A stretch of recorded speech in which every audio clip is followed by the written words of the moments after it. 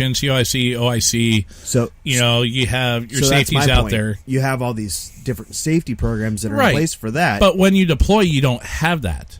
Understood. And the thing is, when you go down range, it's you're carrying your weapon with you 24/7, and so you become accustomed to it. Now, do I believe that everybody on post should be carrying? Honestly, no. So is this kind of like the teachers in schools carrying as far as some of them carry versus you know some what? Of them don't? In all honesty, if they have the training and they have their concealed carry permit, I have no issues with it. None whatsoever. Nope. Maybe this should be something similar to that. Now, and that's what I'm saying. If a service member has their permit, then by all means, yeah. But I can see where the ups and the downs would be with this, because yes, it does give the soldier another tool. It does give the service member another tool for if they do decide to travel down that dark path, which I pray to God they never, ever do. Absolutely not. Nope. What the hell? It's called a radio show. No, I get that, but something popped up on my... Whoa. On my screen. Oh, I thought you were sitting on Carl's lap or something. I was going to say that erected quickly. Dude, what? It is the casting couch. It is. It is. That's why you're sitting on it and I'm sitting over here. Okay? Not on the couch. But I'm making the money. So anyhow, back to our topic. But oh my God. Carl, quit looking at me with hungry eyes. I know it's been a while since you've had some hands and faces, dude. But I'm getting hungry, too. He's got a case of the rumblies. That only faces could can. Oh, my God. So, anyhow, no, I mean, it's another tool that the service member could use. But that's also something if, I think it should be like an E5 and above. Or, let me rephrase that, an NCO or above, which could be, E4 corporal or higher. Sure. And anything like E1 through E3, that should be MET-TC, basically situation dependent. Situation and duty assignment dependent. Whether or not they should be allowed to have their personal sidearm with them. Right. So, because, as an NCO, you've had the training, you have the responsibility, you have that intuitiveness to know how not to be dumb. Not saying you possess the desire. Because trust me, even as an E5, you still like, oh man, you I know some E5s that have done some dumb private shit. Damn. So, Do you? Yes, I have two. And I'm a freaking 6. But when you were a 5. Oh, shit. That's besides the point. That was only once in a while. He was drunk and walking through the forest like last week. Oh. Nope, I'm not a lieutenant commander. Just saying it. I'm not a lieutenant commander. Oh, man. I would have been a Master Chief going, sir, no, we're gonna get this guy out of here away from everybody. But seriously, though, I mean, I can see it preventing another, like a Fort Hood incident. Oh, yeah. Like what we had in November 2009 down there at Fort Hood. Absolutely. Hey, if you got someone out there that's, going batshit, he's done flipped the coop, and he's out there screaming Aloha snack bar or whatever, trying to take as many as he can. Aloha snack bar. I'm sorry. I don't want to sit back and wait for the damn MPs to show up. Nope. Be able to take care of the situation at hand right then and there. At that point in time, you're on a military installation. Guess what, dude? That's game on. That's wartime. Go ahead. Make my day. Exactly.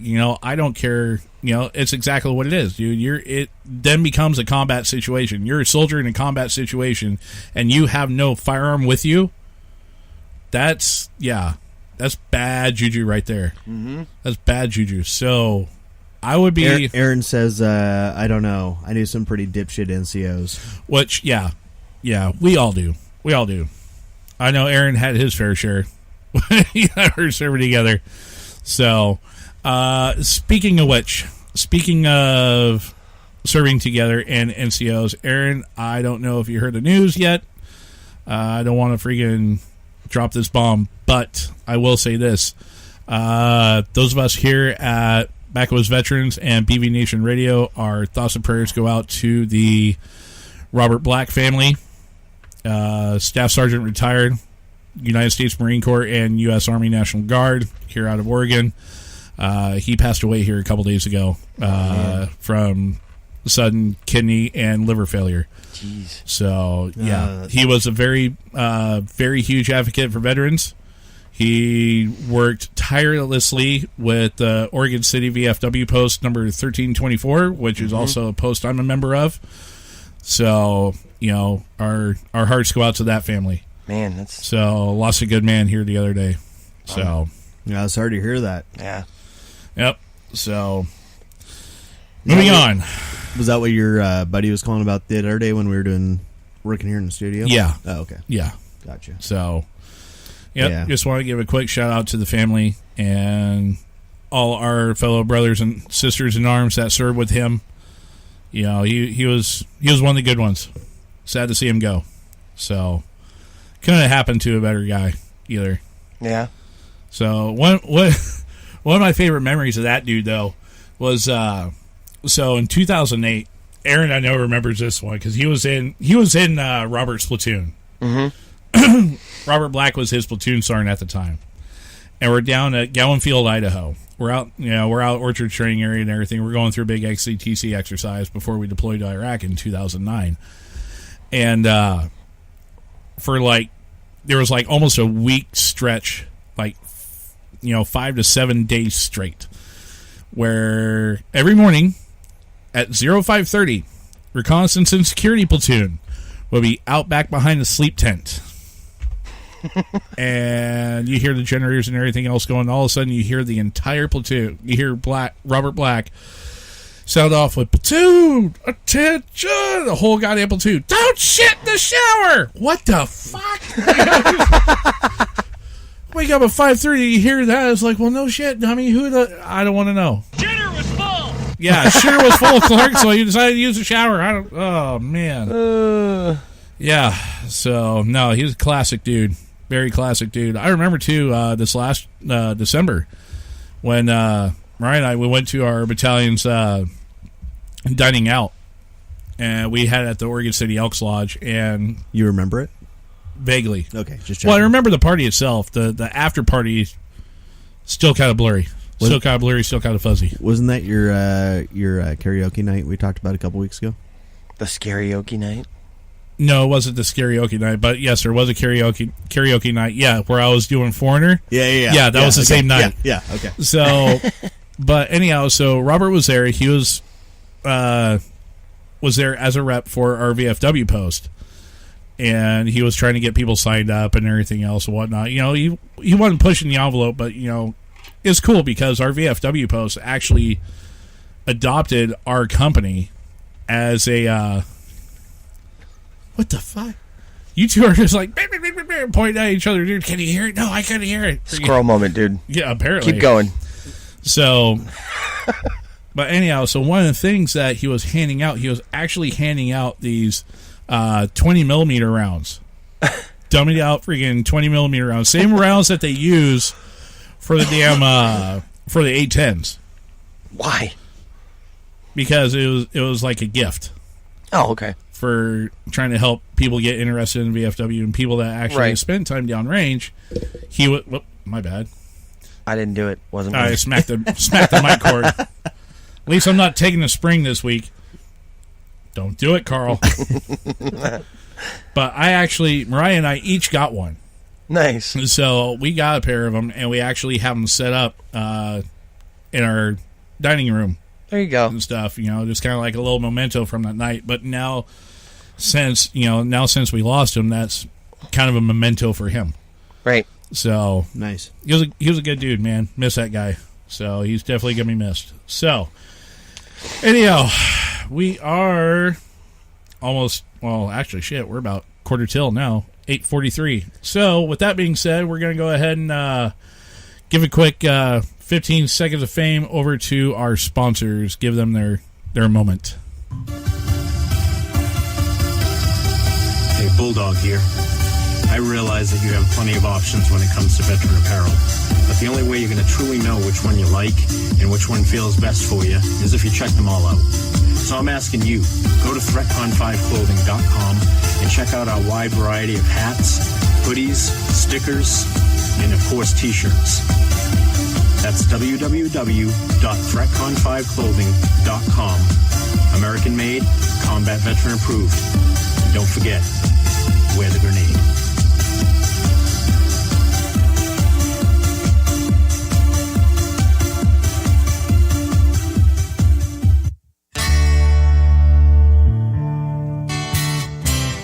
Hi everyone, J-Dub here from BB Nation Radio to speak with you about our friends over at Warrior Point.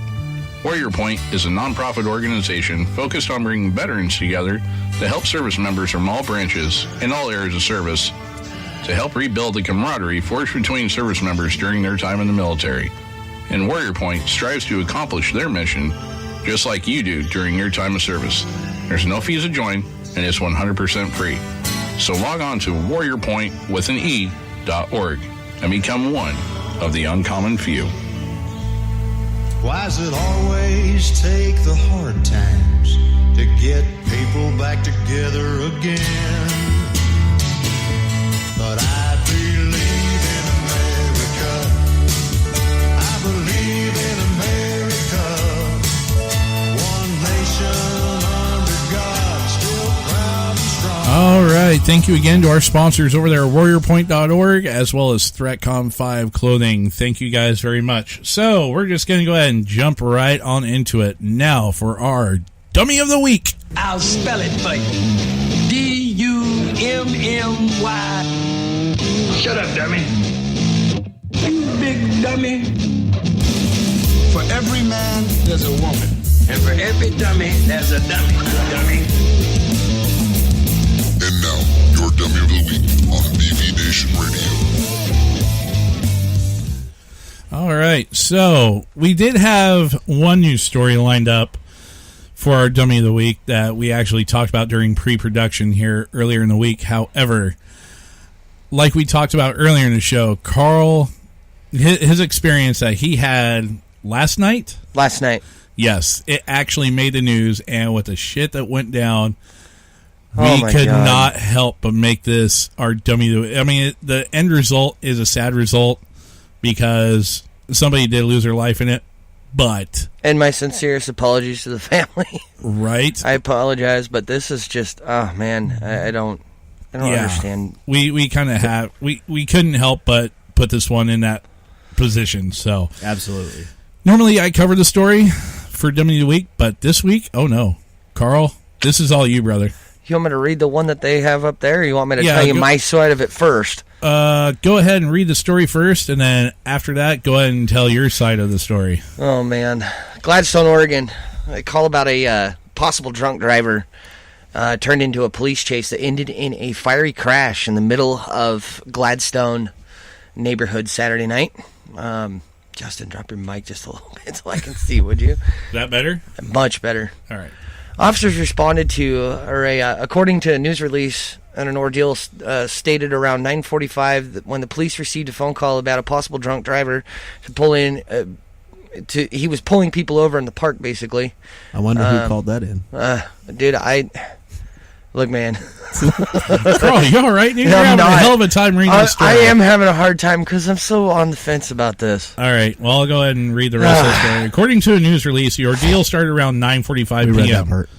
When police received a call about a possible drunk driver attempting to pull people over in his own vehicle near Meldrum Bar Park. Officers responded and pulled the vehicle over near Southeast McLaughlin Boulevard and Glen Echo Avenue. They say they talked with the suspect when he drove off, heading north on nearby River Road. Officers followed and say less than a half mile away, the driver went off the road and hit a tree. Quote, "It was a big crash," said Kathy Warmington, who lives across the street. "I mean, it shook the house. Neighbors, including several kids, came running. I thought it was like a bomb or something," said 9-year-old Aspen Myers. Why does that name sound familiar? It does sound really familiar. Anyhow, the crash happened in her front yard. it was very scary because it's so close to our house at an 11-year-old.